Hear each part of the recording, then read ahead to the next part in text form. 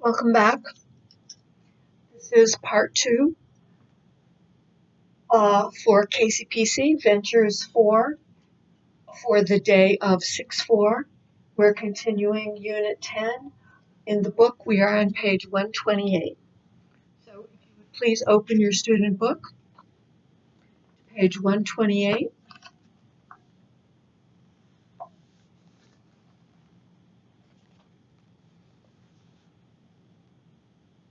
Talk with your classmates. Answer the questions. How are birthdays usually celebrated in your culture? Are some birthdays more special than others? Which ones? Okay, I know I can't hear you, but I want you to try to formulate a couple of sentences to tell me how birthdays are celebrated in your culture. We usually.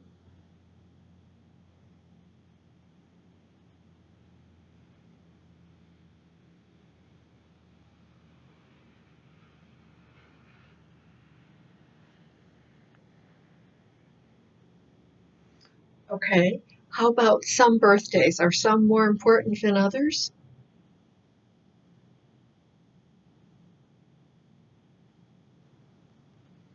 This is going to be a very interesting page. Okay.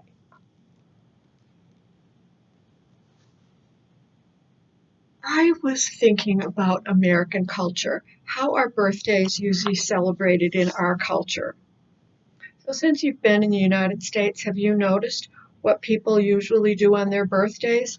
And this is either by knowing someone in your neighborhood or your church who's an American, or someone who's been living here for a long time and has adapted to American customs, or watching movies or programs on television or advertisements, right?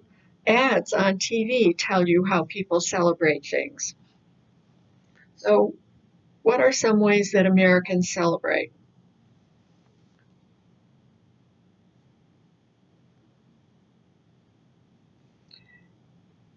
Having a party. Sometimes people have a party and give the party themselves.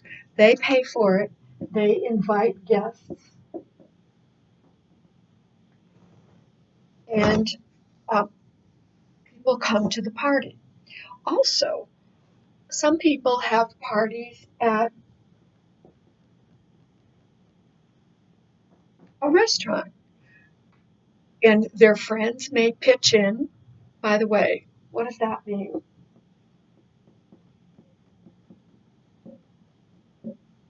Pitch in, little American expression. Everyone contributes. Everybody puts a little bit towards paying for the bill. So pitch in isn't just referring to money, but say you have a flood in your house and you need help, your neighbors might pitch in to help you. That means they all come over and start to help you clean up your house. So that's the little expression. It just means everybody getting together and helping one another. So, celebrating your birthday at a party, either you pay for it and invite your guests, or all your guests invite you and celebrate at somebody's house or at a restaurant. What's another way to celebrate a birthday? It's a really big birthday. People might take a trip. And here in America, most trips for celebrations are to the beach. And so people will rent a condo or a house and everyone will come. And sometimes one person pays for it, or sometimes everyone pitches in a certain amount of money and they go to the house and they're together and then they have a party one evening or during the day and stay for a few days and then come home. If you're extremely wealthy, you don't go just to the beach. You could take your husband or your wife to another country and celebrate with a trip to another country. This is all happens, but it just depends on your socioeconomic status. It really depends upon how wealthy you are. But most people go to a restaurant or have a party in their house. What about children's parties in America? Anybody know how those are celebrated? There's a very popular restaurant before the pandemic that people used to go to, and it's called Kcpc.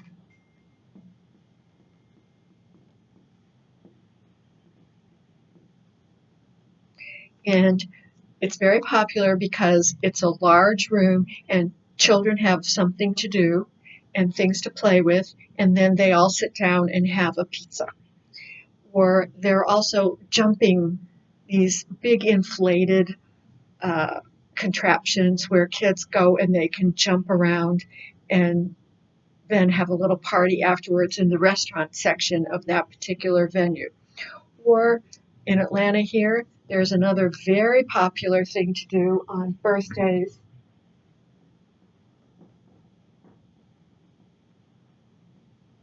And it's a trip to Six Flags, which is an entertainment or an amusement park. And a really big birthday celebration would be to which amusement park? That's right.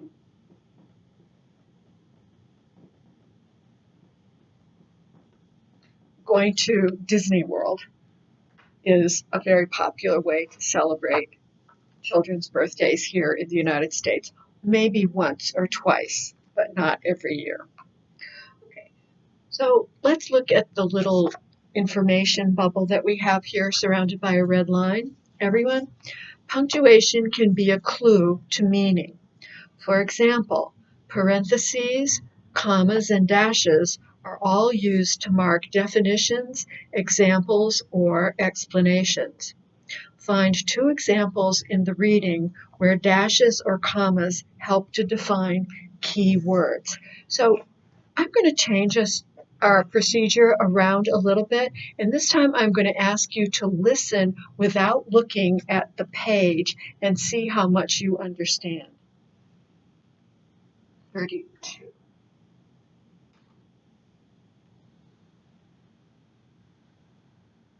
Page 128.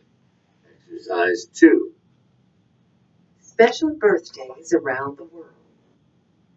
In most cultures, there are certain birthdays that are especially important in a young person's life. If you were an American teenager, for example, you would eagerly look forward to your 16th birthday because in most states, that is the age to get a driver's license. Other cultures also have birthdays with special meanings. Mexico.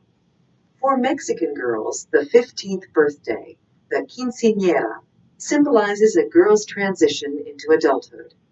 To celebrate, the girl's family throws a huge party.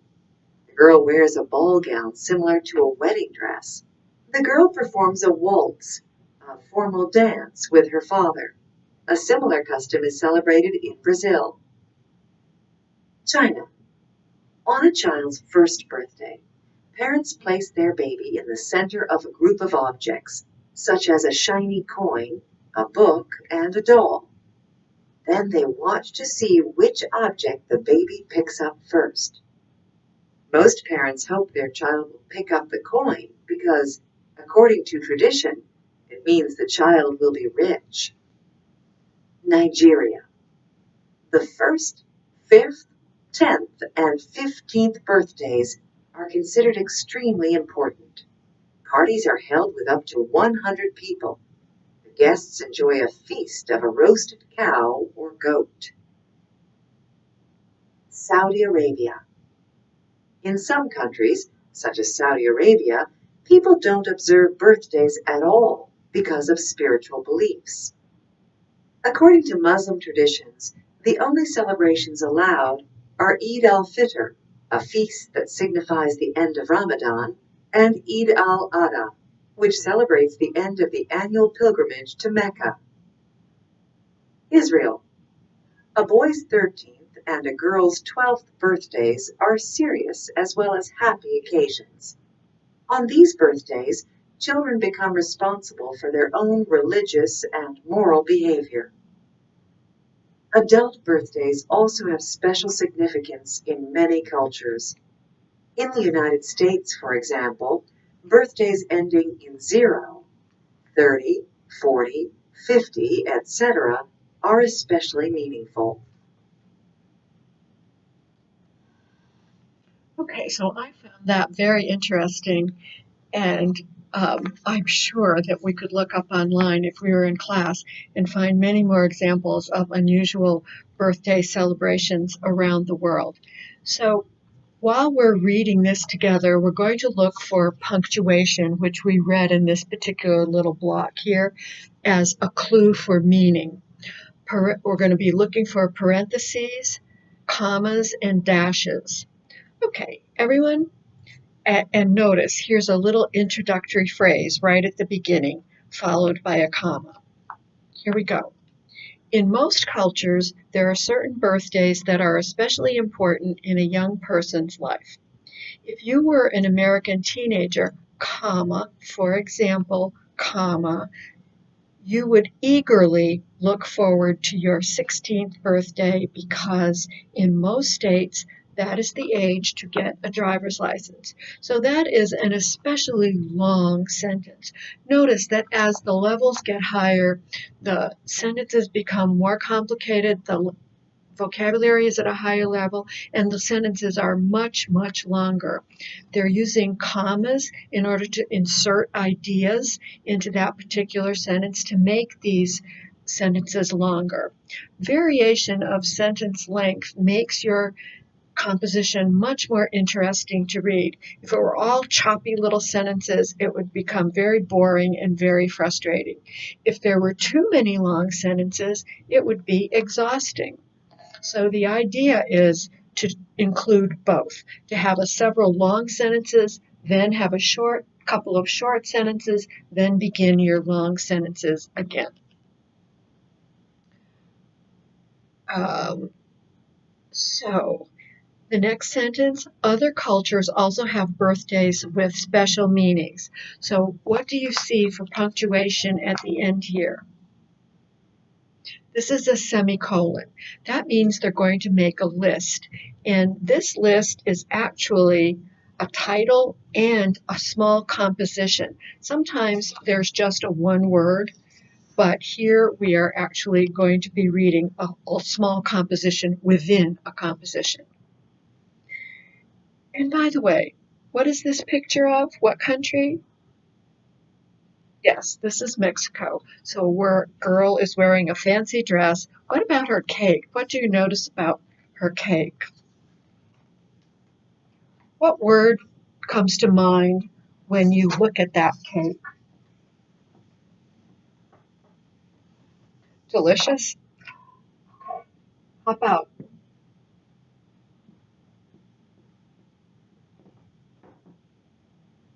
this word? What is that word? Elaborate, right? It is a very elaborate cake. Okay, let's read about Mexico. Everyone, for Mexican girls, comma, the 15th birthday, dash, the quinceañera, another dash. Notice that they use a dash at the beginning and at the end. And sometimes parentheses are used because they want to give a definition of something. It's not necessarily part of the sentence, but they want to make sure that you understand everything that you're reading, so they're going to include the explanation using dashes. Symbolizes a girl's transition into adulthood. To celebrate, comma, little introductory phrase making it more interesting, the girl's family throws a huge party. Gosh, throws a party. What does that mean?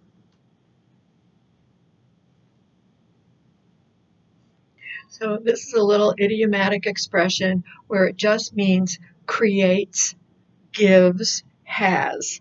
Just a variation of vocabulary. Throws a huge party. I don't know if there's something similar in your culture.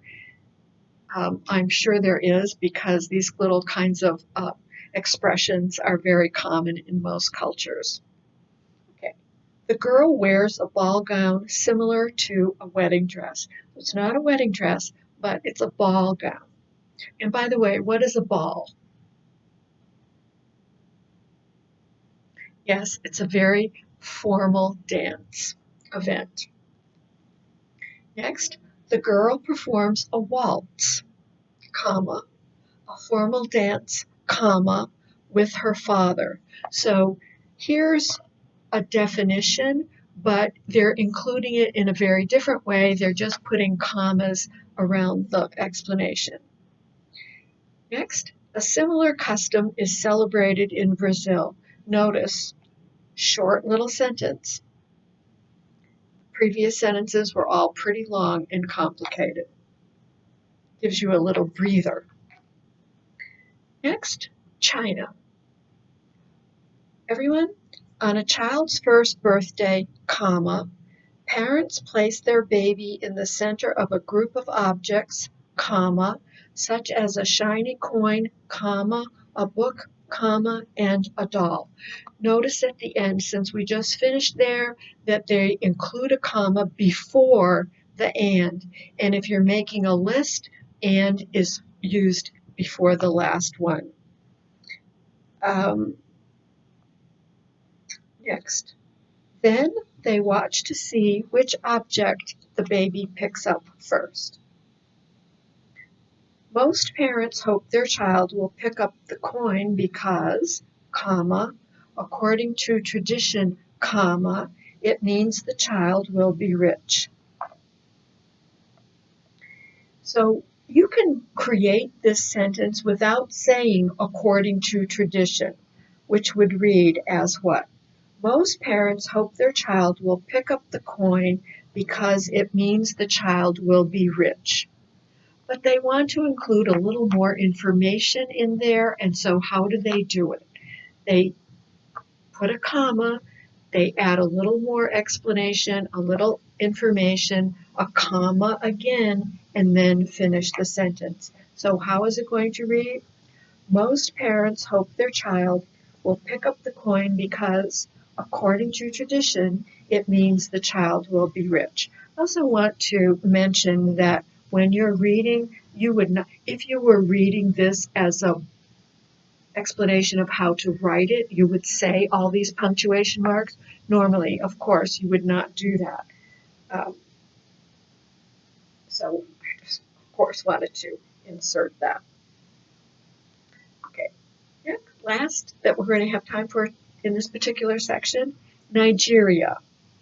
The first, comma, fifth, comma, 10th, comma, and 15th birthdays are considered extremely important. Notice how short this sentence is. The sentences in the previous examples were very long. However, when they have a little list, first, comma, fifth, comma, 10th, and then and the last one, the 15th, please be sure to include a comma. Next sentence, parties are held with up to 100 people.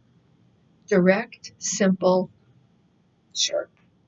The guests enjoy a feast of a roasted cow or goat. So this is also explaining culture in that the most popular meats here in the United States are steak from a cow or a steer or fish and shrimp. Rarely would we eat an American eat goat, but it is being introduced into our culture because there are many people from Nigeria and African countries and Middle Eastern countries that eat goat and are bringing them their traditions here.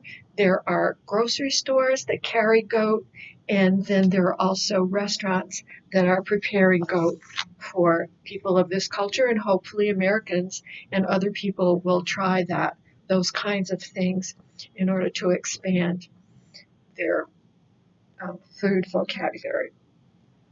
Okay, it's almost time to go, so I'm going to stop here and pick up in the next section.